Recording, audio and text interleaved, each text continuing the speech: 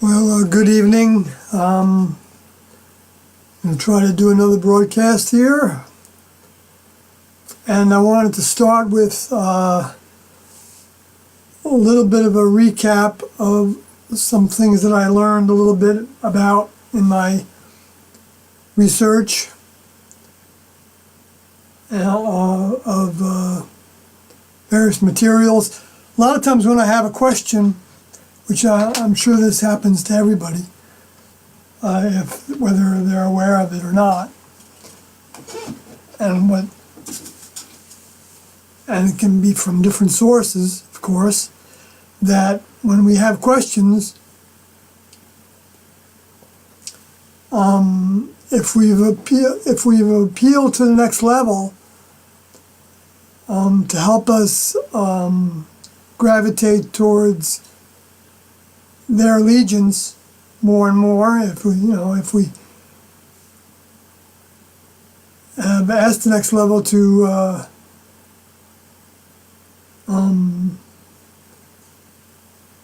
make application to the next level to Tiendo, to be their students. Then when we have questions,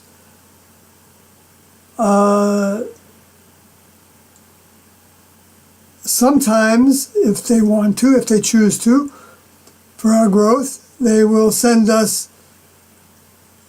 guide us to things that can deliver answers. I mean, we can't just expect to get answers by sitting in our house and just looking at the walls. Or, as if like someone's going to telephone us and give us an answer. I mean, I guess that's possible, but the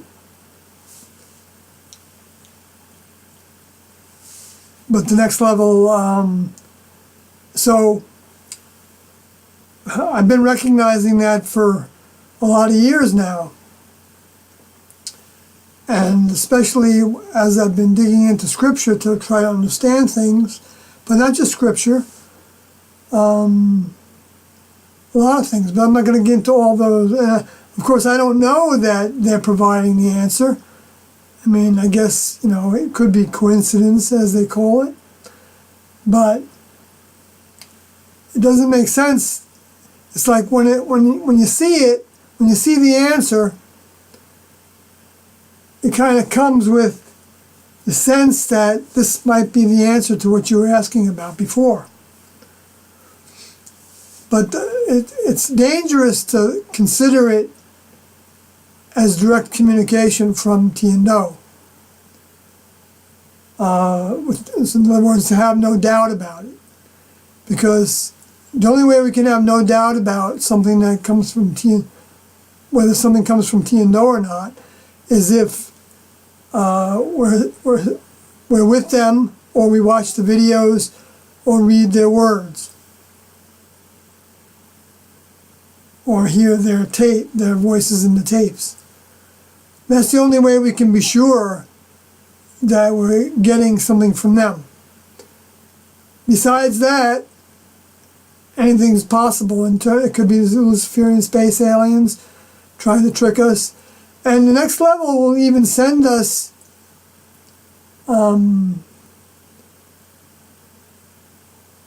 I believe they said that they will even send us discarnates to answer our questions or to fulfill our needs at times, if we're asking for things that aren't of the next level, and behavior ways and thinking, and so I believe so that we can learn for ourselves how it's not ultimately fulfilling to somebody who's seeking to be an applicant towards next level membership. In other words, see how, I'm not sure, I'm not totally clear on this, exactly how Tiendo expressed it, except that the idea was that if it was a human characteristic, like let's say you asked for a job, okay? The next level might send you somebody that's from the human kingdom to help you,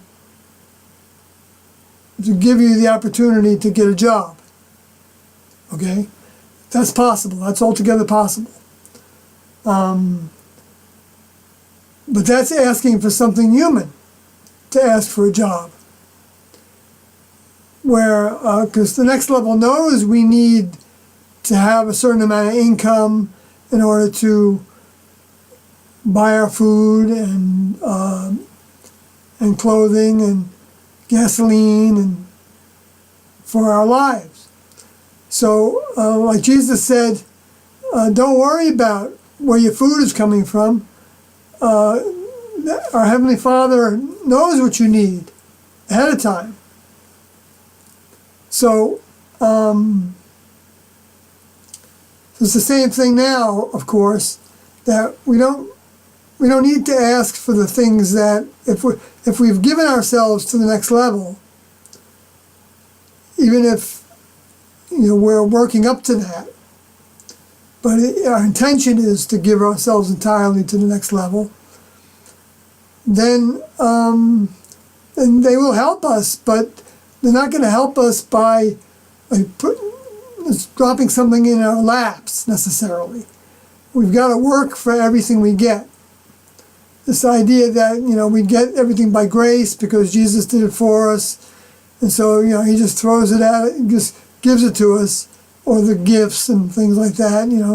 That some of the more spiritually inclined Christians believe that Paul talked about in terms of everybody having gifts, which I believe Paul was talking about that to try to make, because he was building himself up as a prophet and an apostle, and so he was trying to level the playing field so that there wasn't such a ego battle with some of those that were listening to him and paying attention to what he had to say.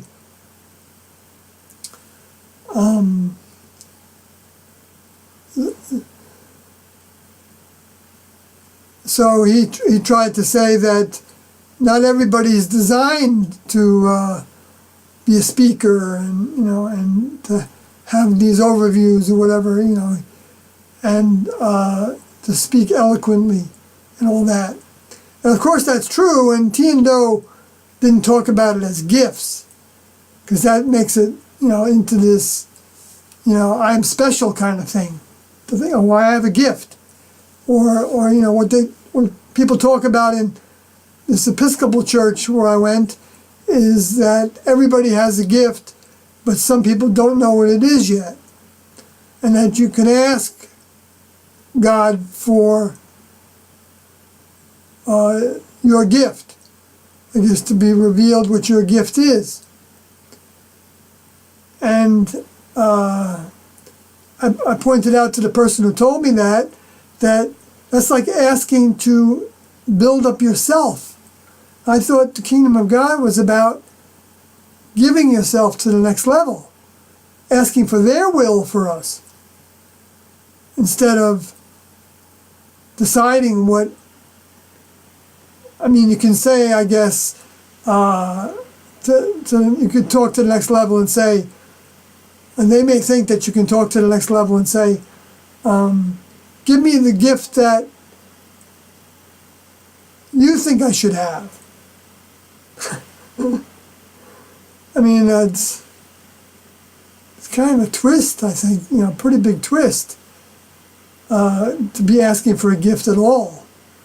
When you have the gift, if you have the biggest gift, if you have the recognition of the reality of the next level and knowing whose words you can count on the most for delivering the truth about the next level. For instance, the Jesus teachings, things that Jesus said. So, if you have that, what more do you need? You don't need anything. You don't need to be able to read people. Tiendo didn't read people. They told us that they didn't read people. In other words, they took what you said and did as representing your mind and what was contained within your vehicle, in your soul pocket. And they took the higher side of that as well. They didn't accept even our own doubts about what we were capable of. They knew that they took the attitude that we were capable of graduating the human kingdom. And when we would go to Tiendo with any idea that we didn't have that capacity, or that we were failing, or we were about to fail, or we weren't good, which I have an example of, they don't want to accept that unless we keep on insisting upon it. And my example was I had a bout with sensuality where I was in a craft, and the craft had a large room that was several stories tall. Well, I guess 2 stories tall. There was no ceiling in a big part of this one room. And it was all glass. And I was up in the middle of the night. I couldn't sleep. And we really didn't have a procedure to get out of our bunks. I mean, we could lay there in our bunks, or we could get up and use the restroom, the bath chamber, you know, to having a solid or a liquid elimination or whatever else we needed to do, you know, in the bath chamber. But to be mingling around in the dark by myself in that room was actually breaking procedure. But, so that's what I was doing. And while I was there, I was having these bouts with sensuality. And I didn't, my vehicle didn't have an erection, but it was trying to. And I would fight it back every time. And I did that successfully a number of times. And I wasn't touching myself or anything, but I was having thoughts that were along the lines of wanting one of the female disciples in one of the female vehicles of my fellow students to come to me. You know, I mean, I think if one did, I probably would have ran away, because that would have been too much to give into. But I don't know for sure, I guess, if that would have happened. But, you know, I was kind of like hoping that a classmate with a female vehicle would come out of the rush chamber as if they were, you know, coming to my beck and call or something. These are Luciferian influences that were attacking me, and I wasn't fighting them off well enough. Otherwise, I wouldn't have even heard those thoughts. I would have recognized those thoughts as sensual thoughts, and I would have cut them off. And I could have got to the point to where I did it sometimes. Sometimes I was able to cut those thoughts off and not even have them. I would just know that there was a sensual thought waiting to try to express itself. Or I would cut the thought off before it totally spelled itself out in my head. So, you know, it would be like the first few words or so of the thought would occur into my head, and I would cut it off. But this one came by surprise, I guess, which is the way lessons come. I mean, in order to remember, this is all a process. It's not like you get to a spot and then you have it made. You never have it made. You always have to deal with those influences as long as you're in a human vehicle. Although you can get to the point to where they're not any more major that you don't even hear their words. And you're not affected by their vibration. And it doesn't stimulate you in the least. And which I'm sure that's where T and Do arrived at. And I was at that point sometimes, but not consistently. And that's because the next level, I believe, was regulating how much of a test I was given with all the students. Because they said we were given our adversaries, which were the Luciferian space aliens. They didn't use the word Luciferian, I think, at that time, or maybe even not even use the word space aliens, but they just called them boogers. But I think they did say that they were the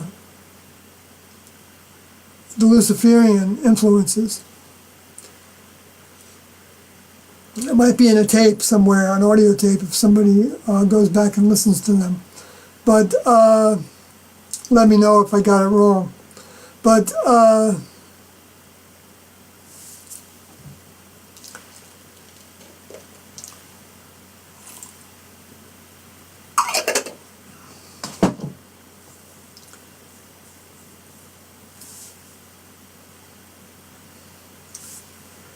so I was in this room with having these vibrations for probably 15, 20 minutes or so before I finally went back to my rest chamber and went to sleep. And nothing further came of it. But I wrote to Do about it, kind of exposing it as a slippage, because slippages of sensuality, the only thing we could say in a slippage meeting was that we had a slippage in the area of sensuality. And that we would say that as our remedy we wrote a note to Do, and we're trying to improve our putting up a blank card, as was one of the techniques that T and Do gave us for getting rid of images and thoughts, as if you were like on stage, and like they put up cue cards for your lines. So this cue card had nothing on it; it was blank. So that basically you'd be like using your mind to force like an energy blank on that thought, and it works. I did it a lot of times, and it works. And I can still do that actually. I can blank out everything except for the words I'm using, so that when I practiced this with T and Do, because they said we needed to practice listening to them, and this was most important at meetings, so that we didn't hear any other thoughts at all besides what their thoughts were as they were being expressed. So word for word, we would dwell. You would end up lingering on every word, and not allowing even the thought of, oh, I don't believe that, or that doesn't make sense, or I wonder if that relates to this, or relates to that, or I wonder if she's talking about me, or daydreaming about something else altogether. But I mean, all those thoughts or judgments, or all those thoughts are negative thoughts when you're listening to your older member. And we can practice that by listening to their tapes and hanging on every word. Is the way kind of I did it in my head. I kind of thought like I would hear the word and I would like let the word kind of reverberate in my head. It's because while that was happening, which was a feeling that I wasn't doing it by thinking about it. It's just I'm trying to describe the feeling that I felt when I did that, which was like hanging on every word and just trying to listen, not thinking about whether I understand it or not, because Tiendo at the end of many meetings, or even during certain points that they would make during the meetings, they would say, "Are there any questions about that?" And that's the time then to think about, do I have any questions? Because whether we know it or not, even when we're listening intently, the things that don't make sense to us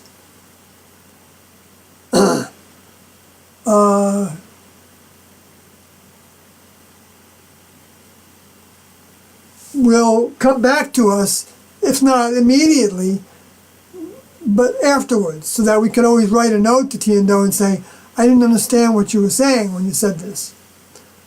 Can you clarify it for me?"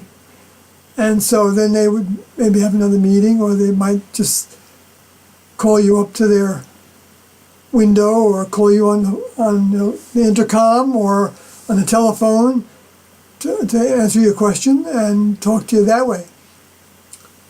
Or they might come into the craft and talk to a bunch of people, or hold another meeting, and go over questions that they got from students. So they did that in all those different ways. And so when I looked at to Doe about my slippage, Doe said to me, well actually he had me sit with him in the craft. This was a day or two or 3 or 4 later. I don't remember exactly how many days passed. But I told him that I wasn't as good as I think he thinks I am. And he said,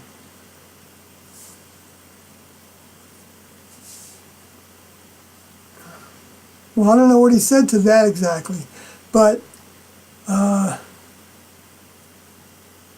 wasn't saying it that directly. I was saying, like, I have these thoughts that are that I'm permitting. I just wasn't being clear. I'm not even clear now on what I said, and finally I kept on harping on it, and he finally said to me, "Well, Soyoti, I expect the best of you. I expect the most from you. I know that you're capable of overcoming this. I know that you can do it, and that's what I project. That's how I think about you. But if you're going to insist that you have this demon with you, or this problem that you can't get over, I don't want to accept that. But if you force me to, I'll have to accept it." And so that's what I remember from that. I don't remember how I got onto that, but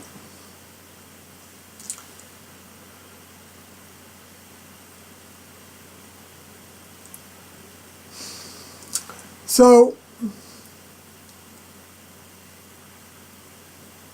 yeah, I don't remember how I got onto that. So I'm just going to go on with what I was going to talk about, which was I wanted to refer to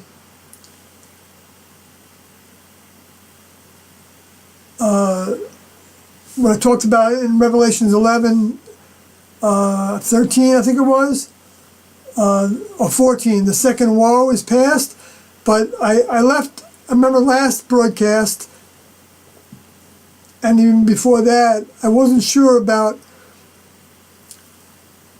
what the first woe was. And the first woe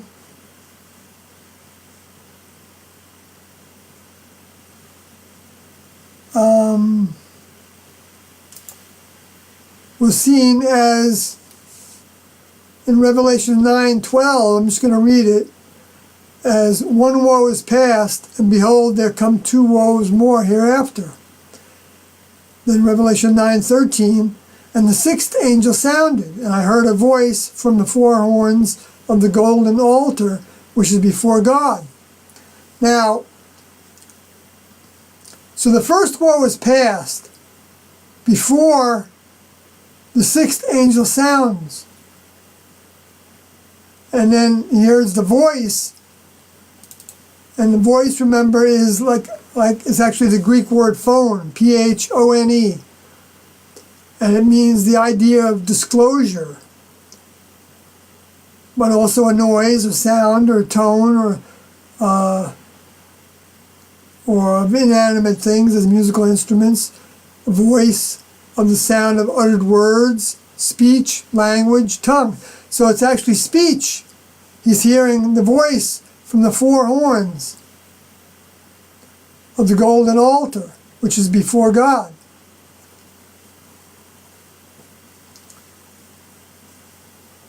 This is John saying he's hearing this voice from the four horns of the golden altar. And but the sounding happens before that. And the sounding is from the word, is a reverberation. Trumpet sounds to sound the trumpet. But it goes back to the vibration of sound and is also an announcement, as the trumpets are all announcements of what's to come. And that's what these words are in the revealings. It's revealing what those announcements were about. And Jesus said that that revealing would take place in the Gospel of Luke. So he referred to the revelations. So for people that don't put any stock in the revelations, which this Episcopal Christian told me she thought the revelations were, I don't know, she kind of like gave me the impression that she thought that anything goes with them. So anyway, which I can understand her having that attitude, because there's been so many different twists and turns that people have put on trying to interpret them. And I don't blame them for that. They didn't really have anything else to go on before T&O came. And it's still hard for a lot of them to consider the interpretations that I'm putting out. They don't even want to look at it. A lot of Christians don't even want to know. They don't want to hear about it, because they've been so programmed to fear what they have attached themselves to, have gravitated to, and the comfort that they've got from that. Like Doe talked about how religion is very comforting. I mean, it's really like the New Age spiritual people are in the same boat. The spiritualism is very comforting. The idea of having found your path in life, your purpose in life, is very comforting. Especially when you think it's an uplifting purpose, like that even puts you ahead of other people in some ways. Then it becomes a comfort and an ego boost at the same time, which then is another influence that needs to be overcome, which is a very difficult influence to overcome. When you think you are somebody special and that you have a special task, and yet all members of all students of the next level are special, because they do have a special task, but they're not special in the way that humans would say would be special. In fact, they look like they're not special to humans. Humans see them as ordinary.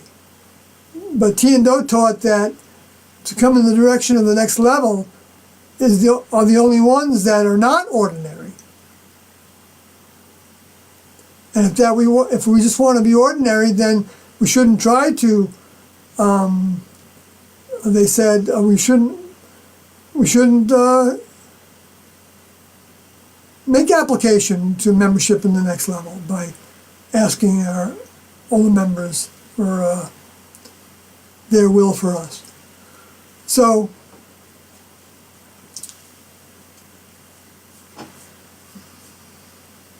because if we get those gifts of reading people, and that's what I was talking about before, and gifts of prophecy, who are speaking clearly, and I guess well, and all that, which I know I don't have. If we get those gifts, then that also, of course, like I just said, builds our ego, the way we think about ourselves, and makes us look bigger to other individuals, look like teachers to other humans. And so then they gravitate to us, and all of a sudden now we're the spokesman, what the Bible means, and whether we're talking to God or not, and what God meant by this and meant by that. I know I'm doing that, but I'm not claiming to be the spokesman. I'm not a spokesman. I'm trying to interpret using what I received from Tian-Do to the best of my ability, and if it makes sense to you when people hear it, what I'm saying about these scriptures, and they can talk to Tian-Do about it, and they can ask him if what Sawyer's saying is true. I don't know if you need to do that, because you should take what I say with a grain of salt, in a sense, except for the things that I say are from Tian-Do, which I think you can count on. I'm not going to try to make things up. But I wouldn't, find fault with anybody that didn't count on the things that I said were from Tian-Do, from my mind. Go and read the materials and study everything and listen to all the tapes, and you'll hear some of the things that I've been talking about that aren't necessarily written down. And you'll also maybe hear things, I'm not going to say maybe, you will hear things that I could have said differently, I could think about differently, and I could expand upon in my own understanding. Because I know when I ever listen to those tapes, I see more. Every time. Just like I see more every time I read these scriptures. But even more so, I think, with Tian-Do. Because they were speaking plainly about the next level, as Jesus said would happen when he returned. He would speak plainly, which also meant boldly, and also without parables, without story forms. And Tian-Do did make a few comparisons, like with dogs and horses and grades in school and things like that, but they didn't tell stories like Jesus told about kings and servants and all that kind of stuff. No. And of course they didn't tell things nearly as much as Jesus did, but there was a reason for that. Because the next level has stages of students that, grade levels of students that they're appealing to with each of their phases or stages, however you want to look at waves. That's the way Do talked about it, I believe, in Last Chance to Evacuate Earth. The first and the second wave, there were two waves. far as I know. And T and Do started the first one, and Do started the second one. And so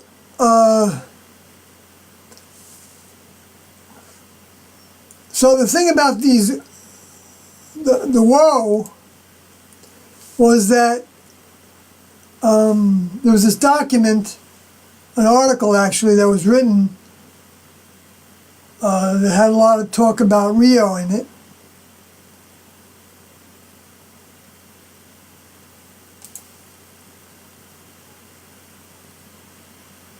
That was talking about comets. This reporter who was was interviewing Rio, said that almost all comet sightings since antiquity have spelled the end of the world in someone's eyes. And I'm not going to read all his words, but then he said, well, it's interesting though. And he said popularizing this the idea in America was an Adventist.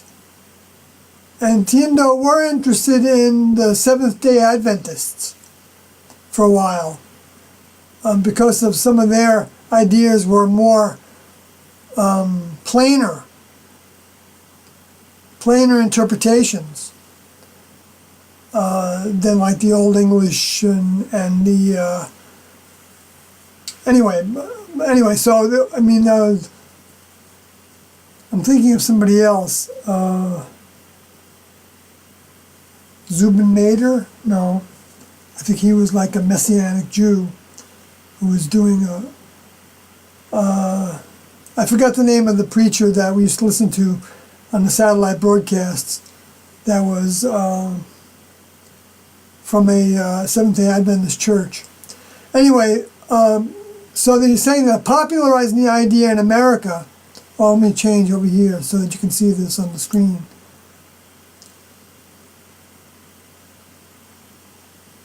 Popularizing the idea in America was an Adventist millenarian offshoot called the Millerites, who had decided that the second coming would be heralded by a comet arriving no later than March 22nd, 1844, exactly 153 years before Hale-Bopp's visit.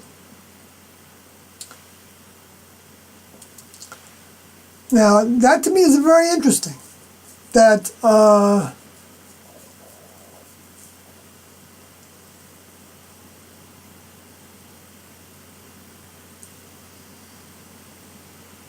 because I think that comet was Halley's, and yes, it was 78 years later that it came back, and 1844, I believe, is or close to it, when Mark Twain or Samuel Clemens was born.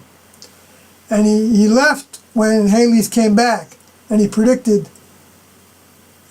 to Halley's on both occasions, and predicted that he would depart at that time, and he didn't kill himself. He didn't lay down his life, I don't believe.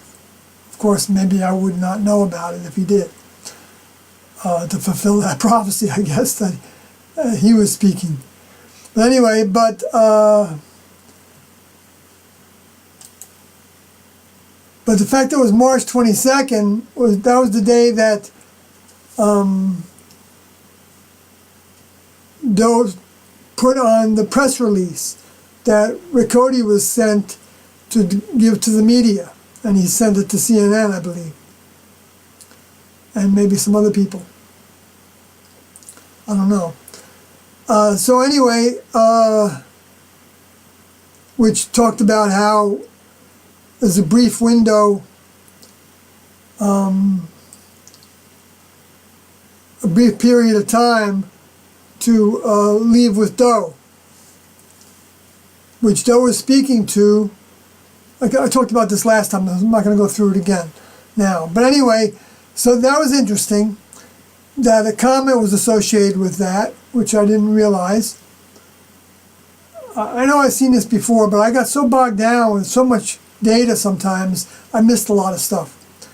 So then one night in October, the Millerites all over the country famously awaited their comet on hills and rooftops, only to discover their calculations were off. They called it the Great Disappointment. Okay, so that's not really what I want to talk about after that, but so, I mean, the next level may have given him that date for a reason. But then after a dry spell, talking about comet activity, great comet activity we're talking about, comets that you can see with the naked eye primarily are being spoken of. A modern revival of doomsday comets began when Kohoutek's 75,000-year orbit made a close approach in 1973. Okay, now, saying that it's a 75,000-year orbit to me is I would call it misinformation, because I mean, they even know, scientists know that they've observed comets speeding up and slowing down and changing their trajectory. The Hale-Bopp was, and or the companion was seen doing that. And some people say it was because it went near Jupiter. Well, sure, that might be the reason for it, but the fact is that they didn't know that it was going to go by Jupiter and do that. When they first made their calculations of, when they make these kind of calculations, they're taking the arc that that they see, and then they're extending it out mathematically, and then they come up with these 75,000-year orbits, but they don't know what that object really is. So that, to say that is showing their ignorance, actually, I believe. But Kohoutek did make his close appearance in 1973. Now, at that time, Tian hadn't gone public. I mean, the first time they actually went public was when they gave the meeting at, I believe it was Canada. It was either Sunnyvale, Kenyatta, or that was the Canada College. Oh, now I'm having a mind warp or whatever. I'm not remembering the exact name of that. The other location in San Francisco area, Bay Area, where they didn't give the first meeting. They had students give that first public meeting. And when the turnout was so big, they gave another meeting after that at Canada College. And they filled the auditorium twice. They had people standing outside during the first meeting, and they emptied out, and they came in to have the second meeting. I don't know how big the auditorium was. But that was their first actual public meeting. The meetings in North Hollywood were both private meetings, and they were in the same location, and they were a day apart. They were back to back, because T&O wanted to, well, they were just back to back. And that's where they got about 24 individuals that were serious. And that's why I'm bringing this up, actually, because of the 24 elders. Even though all those individuals that were among those 24 weren't the same individuals that, all of them weren't the same individuals that were among the 38.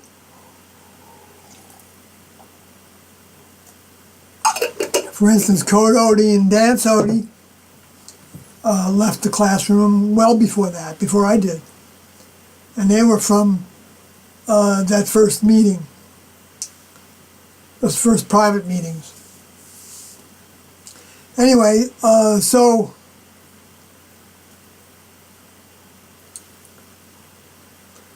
Logodi didn't even have to go to a meeting. He was told by Code Odie, his friend, that there was some information that he might be interested in, and he knew right away that he needed to leave everything behind and go find the two, and join them. That's because I believe Lagodi was one of the four living beings, along with Liv Odi, Jan Odi, and June Odi. But anyway, so Tiendo said, they always said, when they told the story about their awakening, they always said how their car broke down in St. Louis at the time when Kohoutek was coming to perihelion, which was which they said was Christmas time. It was Christmas Day, actually, 25th of December. And that's when Kohoutek was at its closest point. And even though the humans say that it was disappointing, Kohoutek was made a big deal of. If you look up Kohoutek on Wikipedia, you'll see that there were songs written about it, and rock songs, and all kinds of things about Kohoutek. And there was even a Kohoutek repeat festival like happening every year for a long time.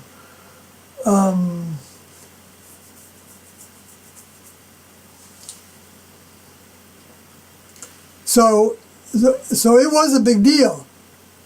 And so I think it was the woe. Although, now that I think about it, Comet West might really have been the woe.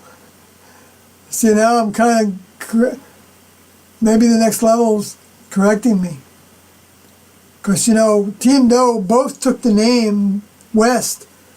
I think T was, at one point, went by, in the human world, when they were circulating and they were driving places and things like that, if they would meet somebody somewhere and someone would ask their name, they would say, I think it was Jason West, was maybe what Doe used. Not sure what the first name was now. But I think Shelley was the name that T used. But I know the last name was West.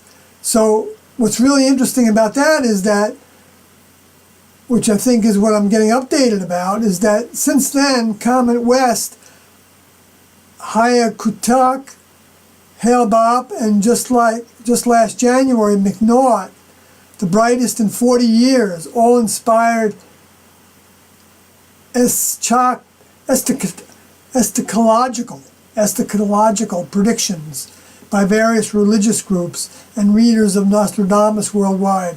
If only the Minorites were around today. Anyway, but my points here are that,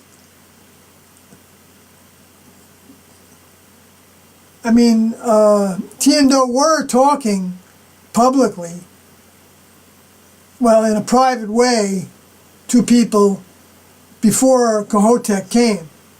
So you could say that the sounding started when Tiendo began to talk. But the sounding was in stages, like everything is in stages, and even the woes can be in stages, I imagine. I'm not the one that's going to put limits on how many different phases of the woe and how many phases of the sounding are taking place. It doesn't say that in these. We got to be really careful about not trying to limit the next level. Whenever you try to say something is a certain way and you want to just be like certain that it's got no variations, no exceptions, then you're probably wrong. There's exceptions to lots of things. I'm not going to say it to everything because there was no exception to the rule that no sexuality was permitted in the classroom. There are no exceptions. I can say that adamantly, absolutely. No sexuality allowed in the classroom. Okay? So you can't say that, there's exceptions to everything. That we can't know certain things. We can know certain things. Because Tiendo told us that they knew them. We can only know the things that Tiendo gave us to know. I mean, maybe I should put it that way, in what they said and left behind. Everything else is subject to adjustments and changes and degrees of knowing. So anyway, after a dry spell, a modern revival. So the fact that it was after a dry spell was interesting to me.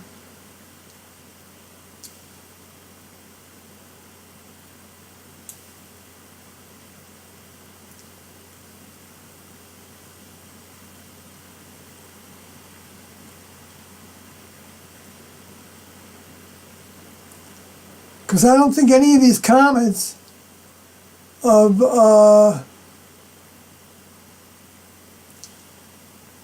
I mean, there were comets in the 1950s, so they could be considered woes, but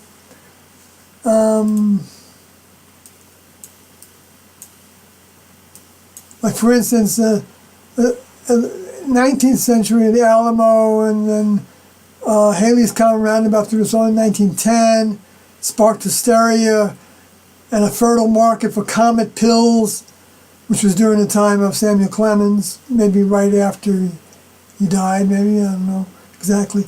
But, oh yeah, because they were told that to counter the widely dreaded effects of the tails, the tail of that comet's poisonous gas. They said it was, somebody said that it was cyanide gas in the tail. And there may be some cyanide gas in the tail. But anyway, so a comet is pretty much a woe. And Comet West in particular is interesting because of this verse in Revelation 9:13 that said that, and the sixth angel sounded, and I heard a voice from the four horns of the golden altar which is before God. Well, a horn is like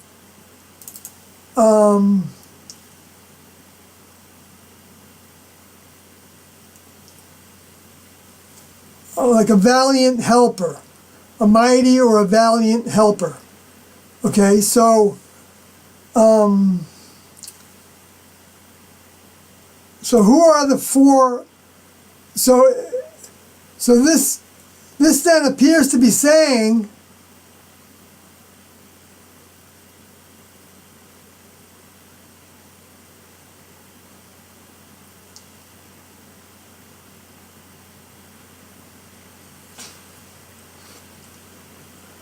that there'll be a disclosure after the sounding by the four horns of the golden altar. Well, perhaps that is like saying that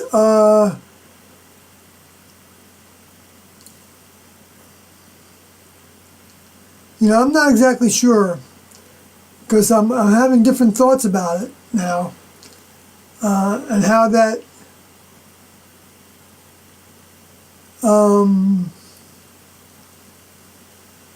that after the sounding that Tiendo did in 1975, oh,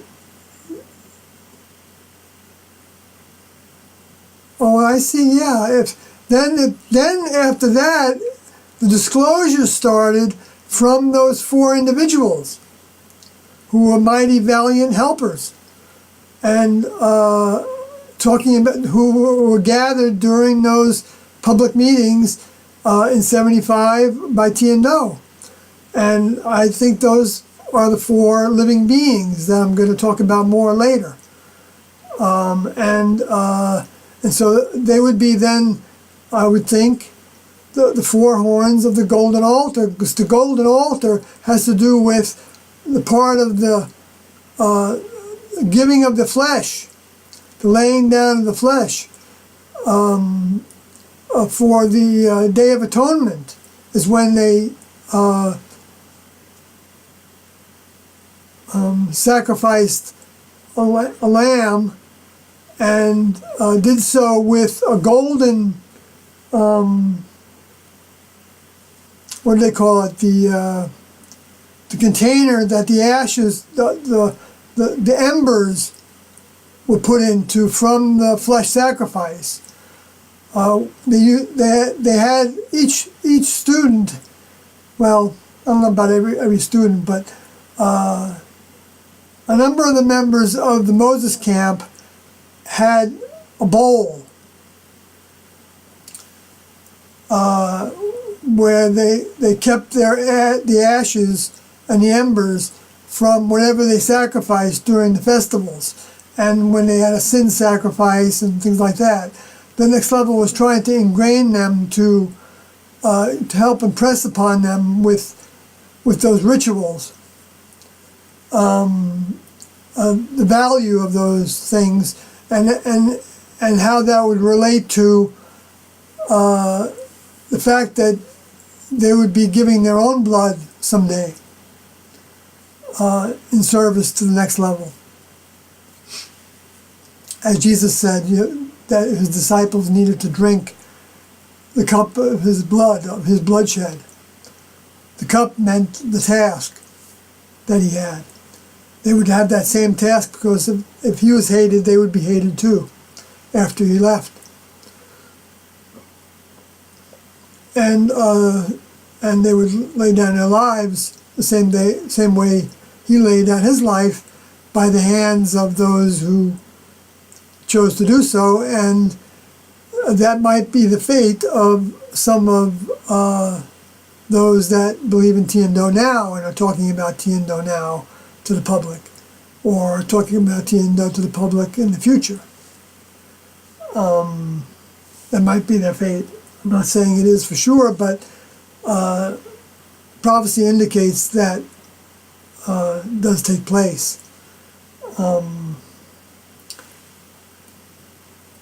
during the fifth seal, but maybe before that as well, which I'm not going to go into that right now. But so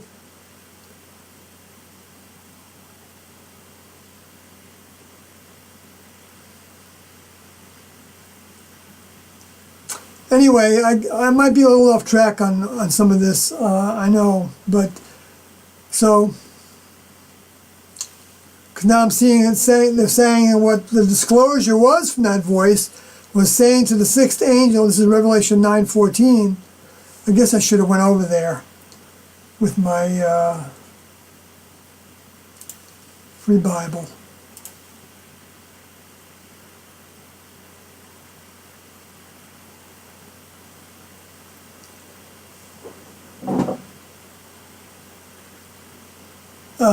What was past?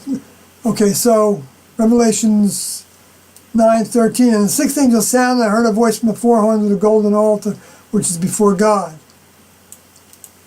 saying, which is the word affirming over, maintaining, teaching, exhorting, advising, to command, directing, to point out with words, speaking, calling, telling. Okay, so what they're saying is, they're saying to the sixth angel, which had the trumpet, loose the four angels which are bound in the great river Euphrates.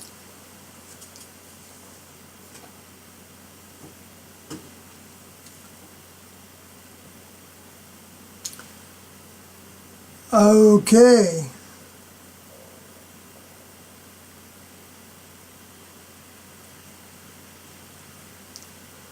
Well, I believe that has to do with more of the future, so I'm not going to go through that anymore, because I need to re-look at that whole area before I try to talk about it here. But yeah, because this isn't necessarily, and there's other relationships to these scriptures that seem to be referring to now more, actually. So I'm going to skip to what I was going to talk about. I'm just pointing out that Kohotec might have been the first woe, okay? And west could have been also the first woe, because it happened after the sounding was done in 1976.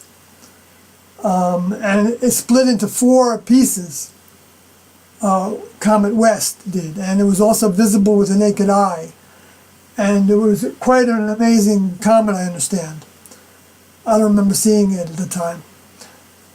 So anyway, that's what I was going to try to say about the woes. It took a long time to say it. And I did a bunch of hemming and hawing. Sorry about that. But so let me move on to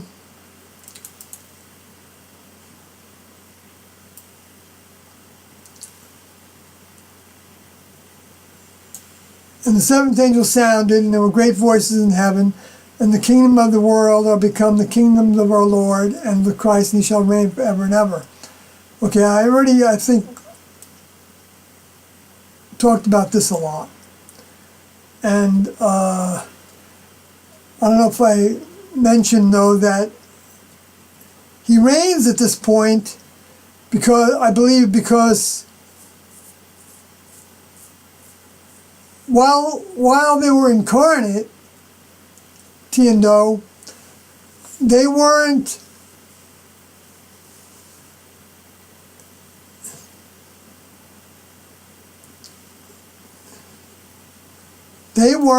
what's the word reign actually, some synonyms? Kings. They weren't exercising kingly power. They weren't the governors. They weren't the rulers. They weren't the rulers of the human kingdom at that point while they were incarnate. And Tiendo talked about this, how the Luciferians are the rulers of the human kingdom. When the next level lets them out of their cage.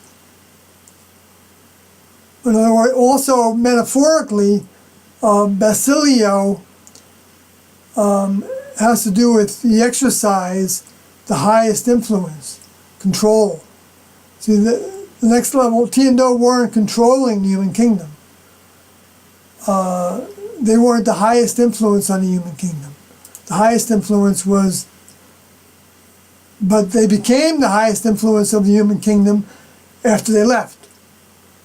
Because then they went back to their next level vehicles and continued with their tasks to provide the follow-up that was necessary in order to bring the harvest, the second wave, to a harvest close. You see, the 2 waves are also depicted. I'm going to show individuals watching this. The 2 waves here is depicted as after Babylon has fallen twice. Babylon falls. That was, I believe, 9/11 and the financial crisis.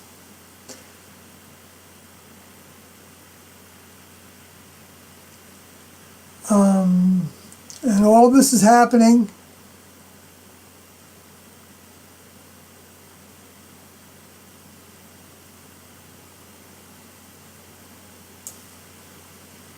now. These are overviews. So I looked, and behold, a white cloud, and upon the cloud one sat like the Son of Man, having on his head a golden crown, and in his hand a sharp sickle. And another. So this is one depiction of a harvest, and then the other one is, and another angel came out of the temple which is in heaven, and he also had a sharp sickle. But this sharp sickle is thrust in, and gathers the clusters of the vine on the earth, for her grapes are fully ripe.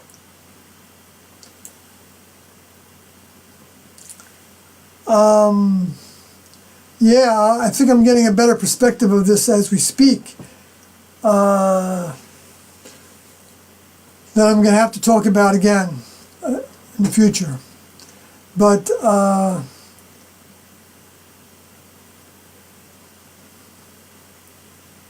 either that, or I'm just too tired, and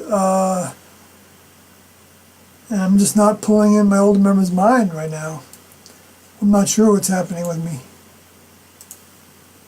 I am tired. I was questioning starting this. Maybe I need to freshen up and try to get back with it before I talk about the rest. I might just have to trash this video. But what I was going to get to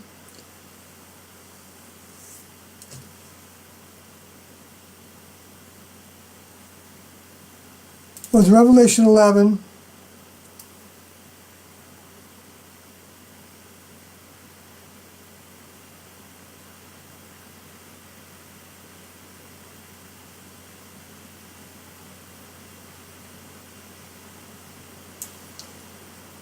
And the 24 elders which sat before God on their seats fell upon their faces and worshipped God.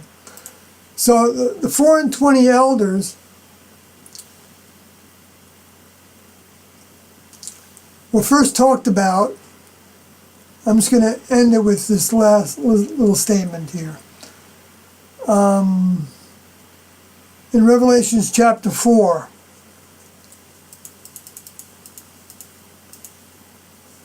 which actually I set 4:1.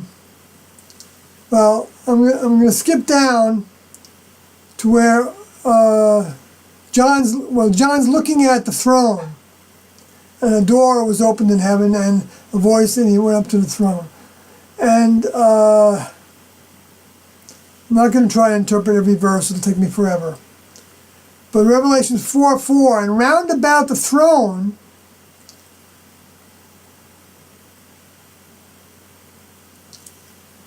well, before that, actually, around the rainbow, there was a rainbow around the throne.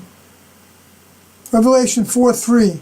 And he that sat to look upon, and he that sat was to look upon like jasper and sardine stone, and there was a rainbow round about the throne, in sight like unto an emerald. And in sight like unto an emerald, that an emerald is green. So, and the rainbow has to do with the covenant. So they're talking about here is that all the individuals, I believe, that had formed a covenant with the next level were at this point around the throne. And John is seeing this when he went through the doorway in heaven. So he is seeing this in a spacecraft, because heaven is a spacecraft in this context. And I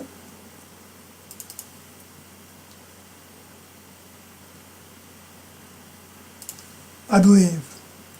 So, and I'm saying that for a reason. I'm not just saying that out of the top of my head as if, as a possibility. Because, but I'm going to read the next verse first before I go into why I'm saying that. And it says, and then round about the throne, another round about the throne, were 24 seats, and upon the seats I saw 24 elders sitting, clothed in white raiment. So that means they had white vehicles. And they had on their heads crowns of gold. In other words, they had become at least infant members of the next level, because they were given a pure vehicle, white clothing. Next level don't wear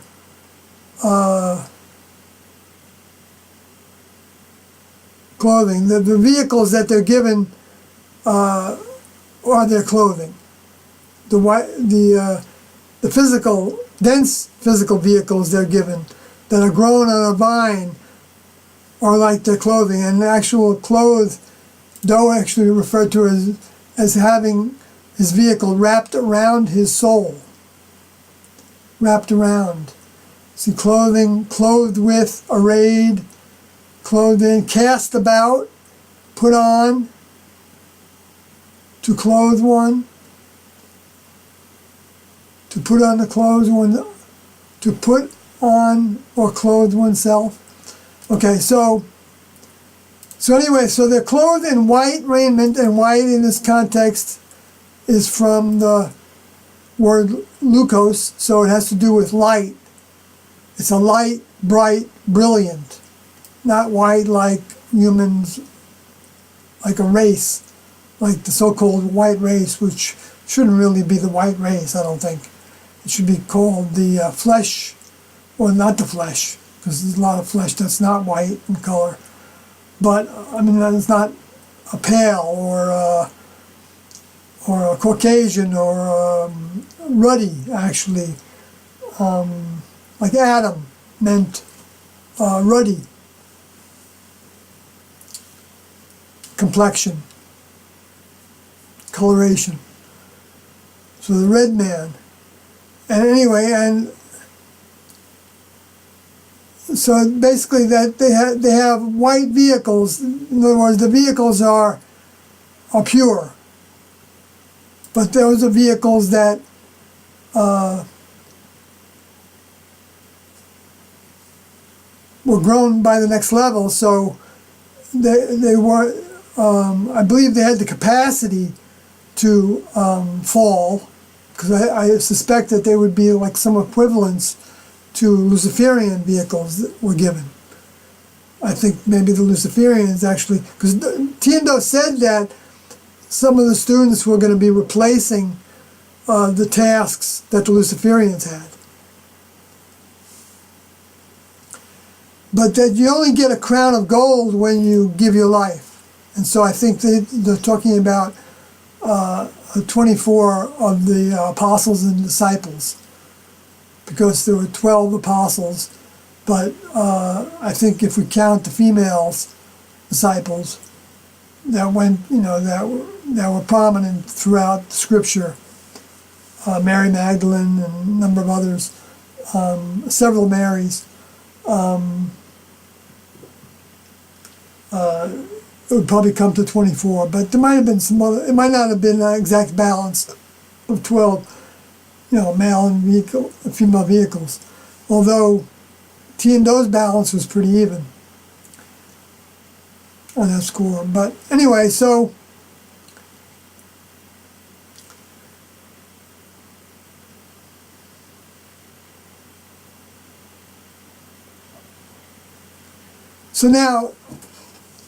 then out of the throne proceeded lightnings and thunderings and voices, and there were 7 lamps of fire burning before the throne, which are the 7 spirits of God.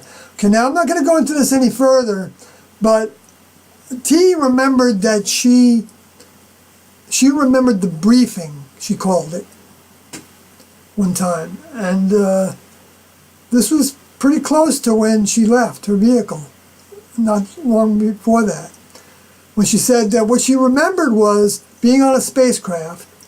She said it that way, that I remembered this.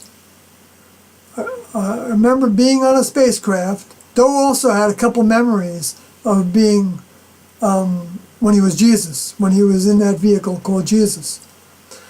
Anyway, so what T remembered was that they were on a spacecraft, her and Doe, and that there were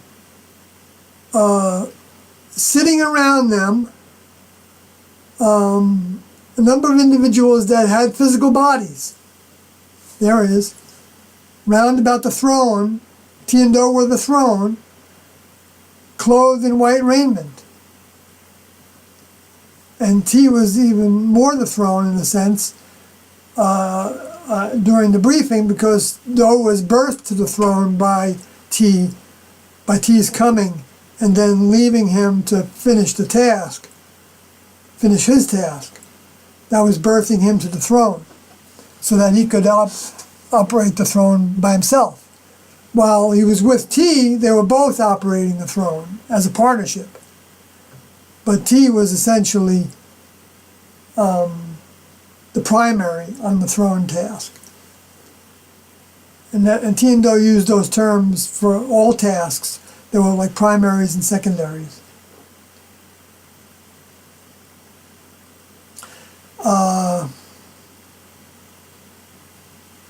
Well, unless there was a task that there was only one person doing. So then there wouldn't be a secondary. Right? So all tasks in the next level aren't done by two people necessarily.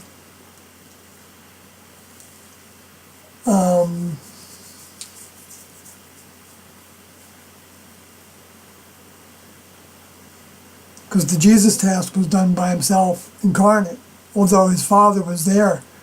And Doe even thought that he might have had a physical relationship with T sometime that wasn't recorded.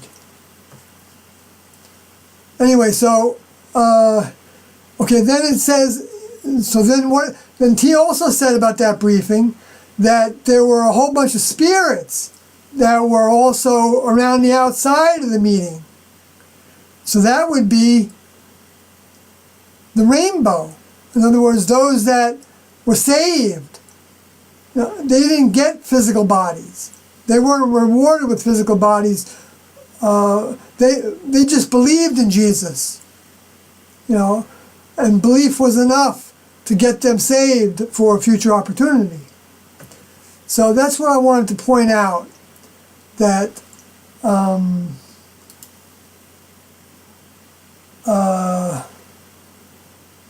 well, I'm going to keep on going just to get to this one little spot here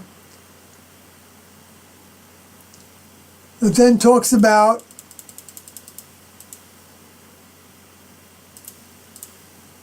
and before the throne there was a sea of glass like unto crystal, and in the midst of the throne and round about the throne, and other ones round about the throne, were 4 beasts full of eyes before and behind. Now this is a bad choice of words, although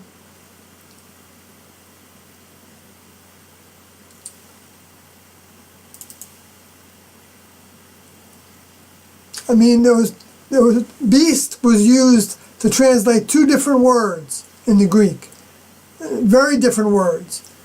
This one is zoon, from which the first meaning given for zoon, pronounced DZO apostrophe dash ON, the zoon.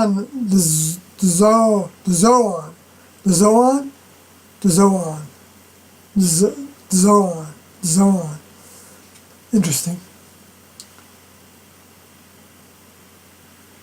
A living being is what to give you for this in this one translation. Also an animal, a brute beast. Okay, so but a living being, we know that these individuals are not animals. They're not from the animal kingdom. Because we know that because it says in this,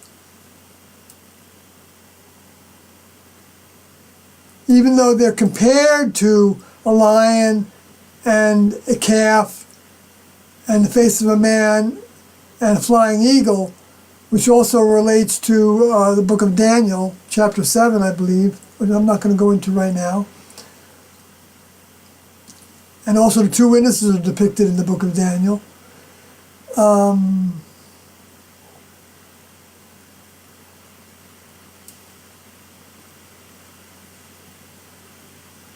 It says the 4 beasts had each of them 6 wings about them, and they were full of eyes within, and they rest not day and night, saying, Holy, holy, holy Lord God Almighty, which was and is to come.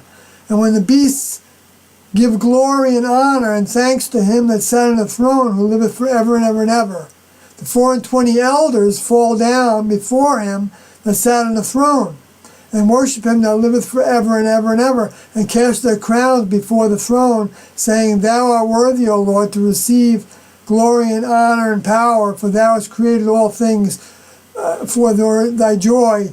They are and were created. Their pleasure. And it's the pleasure for the next level to give the opportunity for people to become members of the next level with them. That's their pleasure to do that. So it's not like pleasure like, they're getting their jollies somehow from this.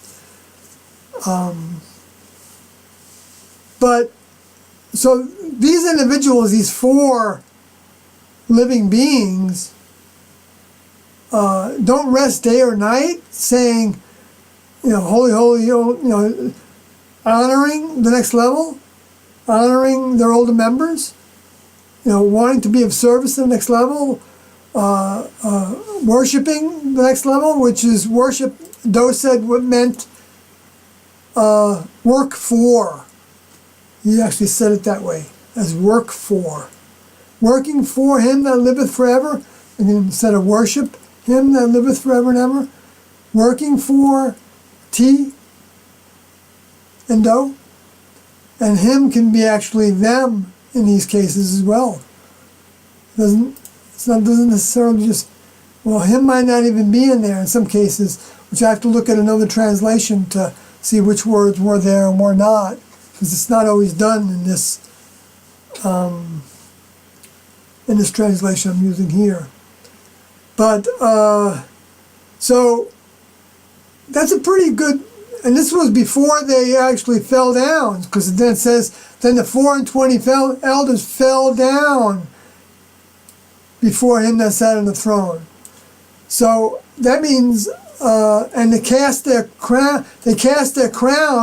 The crown is actually the physical body that they were given, I believe. That white clothing was the new physical vehicle that was given to those that had laid down their lives for Jesus, on Jesus' instruction, drank his cup. So when they left those bodies that were killed, if that's the way they left them, or left those bodies by dying from some kind of natural thing, which they said that John might have experienced. There was some debate whether John actually died or not as a martyr.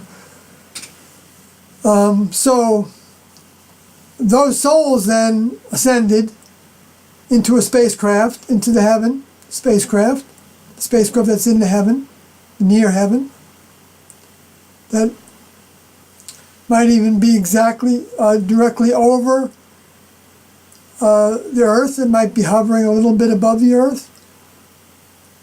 I don't know. But I'm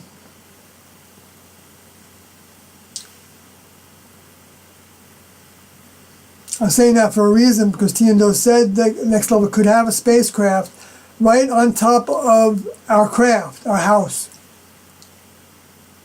Literally. And the next level members could be in it, and they could have physical bodies, but they have them set up in a way that we can't see them. But if we ran into them, if they let us touch them, we would feel something. And I think what we would feel might be something like what we feel when the wind blows hard on us. Anyway, so this falling down here, I think, is talking about when they threw their crowns down. In other words, they threw their vehicles, their next level infant vehicles, to their death by crashing those primitive flying saucers that they had, in order to give humans that proof of their physical existence, non-human existence, and also to allow their souls to, that was the delivery method, not that that's the only delivery method. I don't think it is. I think Doe indicated that there were other ways they could have done it too, but they chose to come that way. And doesn't mean that they all came that way.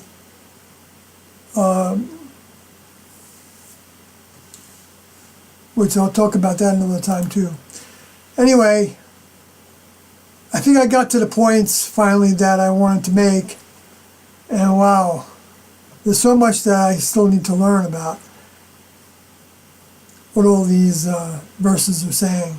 There's so much in here that I didn't even, I mean, I recorded more than I'm talking about. I did record more in the book that I wrote, but it was more of the possibilities of what this could mean and that could mean, and the relationships with other verses. I'm doing some of that now, but I do a more thorough job in the book for sure. And I don't remember everything I did in the book. You know, it's not like it's that fresh in my mind, because a lot of it I was going through, you know, verse by verse, word by word, and sometimes I was lingering on one verse for weeks, not really feeling like I was understanding. And sometimes I would see things in the news, or I would be pointed to some scripture somewhere that would help me see something, and I would refer to things that human interpretations when I got stuck like that. I didn't refer to human interpretations unless I got stuck.